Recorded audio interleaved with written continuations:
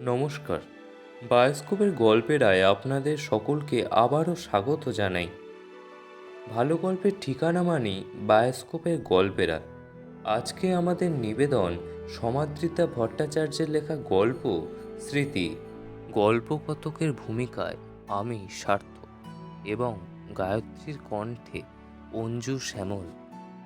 শুরু হচ্ছে আজকের গল্প স্মৃতি।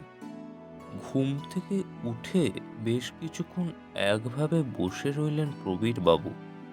আজ আলমারিটা গুছাতে হবে, অনেকদিন হলো আলমারিটা গোছানো হয় না। এই ভেবে খুব বেশিক্ষণ না বসেই মেঝেতে পা দিলেন প্রবীরবাবু। উহ, মেঝেটা কি ঠান্ডা রে বাবা! তাড়াতাড়ি পায়ের জুতো গলিয়ে ব্রাশ করে গ্রিন টি খেয়ে আলমারির চাবিটা নিয়ে এলেন তিনি। আলমারি খুলতেই দেখলেন অনেক জামা অগোছালোভাবে পড়ে আছে।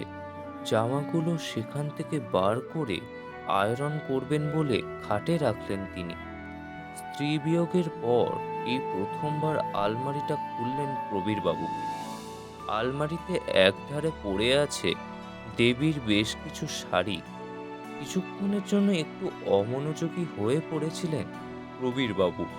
তারপর আবার কাজে মন দেন তিনি। দেবীর শাড়িগুলো বার করতে করতেই তার চোখে পড়ে একটা কাগজ। খুলতে বোঝেন শুধু কাগজ নয়, সেটা একটা চিঠি, মাত্র ৩-৪ লাইনের। চিঠিটা খুলে পড়তে শুরু করেন প্রবীরবাবু। বাড়িতে আমার বিয়ে ঠিক করেছে। আমি না বলতে পারিনি, তোমার কথাও জানাতে পারিনি। পারলে আমায় ক্ষমা করো। নিচে লেখা গায়ত্রীর নাম। চিঠিটা মুড়ে পকেটে রেখে দেন প্রবীরবাবু। গায়ত্রী ছিলেন প্রবীরবাবুর প্রেমিকা।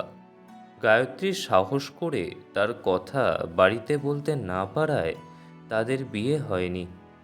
গায়ত্রীর বিয়ের বছর তিনেক পর প্রবীরবাবু বিয়ে করেন দেবীকে। দেবীর ভালোবাসায় কোথাও না কোথাও হারিয়ে যায় গায়ত্রী। 1 বছর আগে হার্ট অ্যাটাকে মারা যান দেবী। প্রবীরবাবু দুঃখের হাসি হাসলেন। 2 আলাদা আলাদা দশকের ভালোবাসা তার, গায়ত্রী ও দেবী। অথচ দেখো, কেউ নেই পাশে। যাকগে, স্মৃতিটা তো আছে, সেই না হয় অনেক। এতক্ষণ আপনারা শুনছিলেন সমাদৃতা ভট্টাচার্যের লেখা গল্প স্মৃতি। গল্পটা কেমন লাগলো জানাতে ভুলবেন না।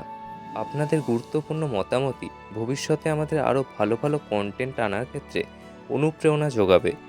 গল্পটা যদি ভালো লেগে থাকে তাহলে লাইক, কমেন্ট এবং শেয়ার করে দেওয়ার অনুরোধ রইল। সকলে ভালো থাকবেন, সুস্থ থাকবেন এবং সাহিত্যে থাকবেন। ধন্যবাদ।